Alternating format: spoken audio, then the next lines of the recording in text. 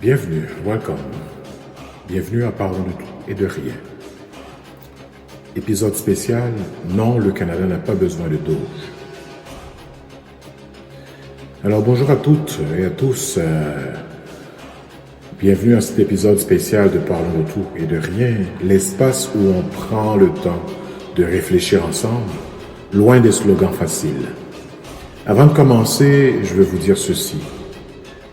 Je suis fier d'avoir servi le Canada pendant 18 ans dans la fonction publique.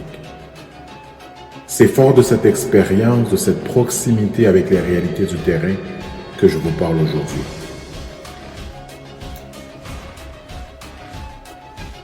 Aujourd'hui, on va parler de cet article qui m'a fait bondir.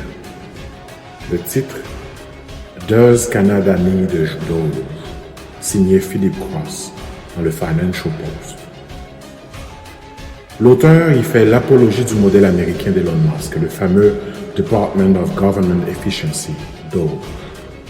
Il suggère que le Canada devrait faire pareil, sabrer dans sa fonction publique, éliminer les soi-disant non performants et réduire les dépenses publiques à la hache. Mais attention, derrière ce discours de simplification se cache un véritable fantasme technocratique. Alors aujourd'hui, je vous propose de déconstruire ça tranquillement, point par point. Une fonction publique qui a grandi pour de bonnes raisons.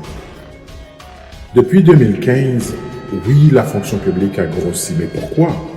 Parce que le Canada a dû répondre à des défis immenses. La pandémie, les crises climatiques, la transition numérique, la réconciliation avec les peuples de les Premières Nations, la guerre en Ukraine, la cybersécurité. Ce n'est pas de la bureaucratie de luxe. C'est l'État qui se met au travail. C'est l'État qui fait son travail. Selon le directeur parlementaire du budget, cette croissance a été de 38,5% sous Trudeau, mais elle s'est traduite par des services livrés, pas du papier. Ainsi, M. Cross a gonflé les chiffres également. Les chiffres sur le salaire sont gonflés. Philip Cross avance que chaque fonctionnaire coûte 146 500 $ par an. Faux débat. Ce chiffre inclut tout, salaire, avantages sociaux, formation, infrastructure, et j'en passe. Ce n'est pas leur salaire net. Comparons avec le privé. Des professionnels avec des responsabilités similaires touchent souvent plus selon CPA Canada. Donc non, les fonctionnaires ne sont pas des privilégiés inaccessibles. Doge, c'est un modèle dangereux. Ce que Musk fait avec Doge, ce n'est pas de l'efficacité, c'est du chaos autoritaire. Suppression de programmes scientifiques, licenciement idéologique, déréglementation sauvage.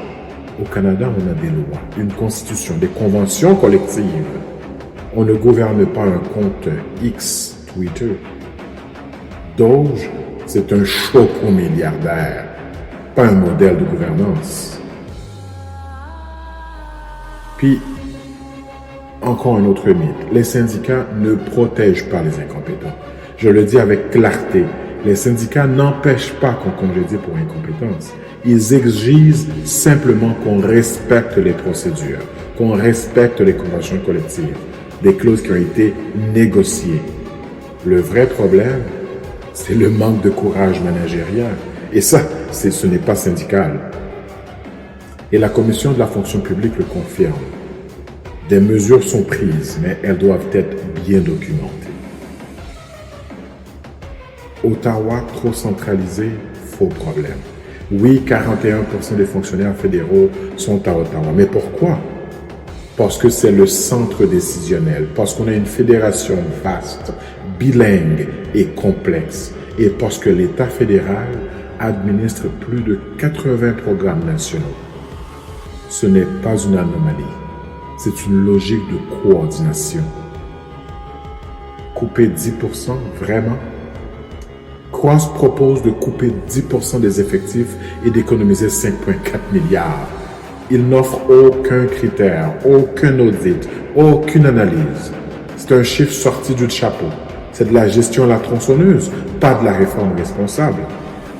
Le Conseil du Trésor lui-même recommande d'éviter les compressions linéaires. Ce genre de coupe nuit à la qualité des services. Point.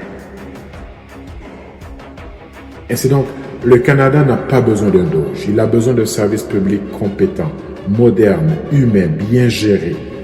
Les vraies réformes, on les fait avec rigueur, avec dialogue, avec respect de nos institutions. Pas avec des truites en majuscules ou des fantasmes de milliardaires. Merci d'avoir été à l'école. Si cet épisode vous a fait réfléchir, partagez-le. On a besoin de remettre la raison au centre du débat public. À bientôt pour un prochain épisode de Parlons de tout et de rien.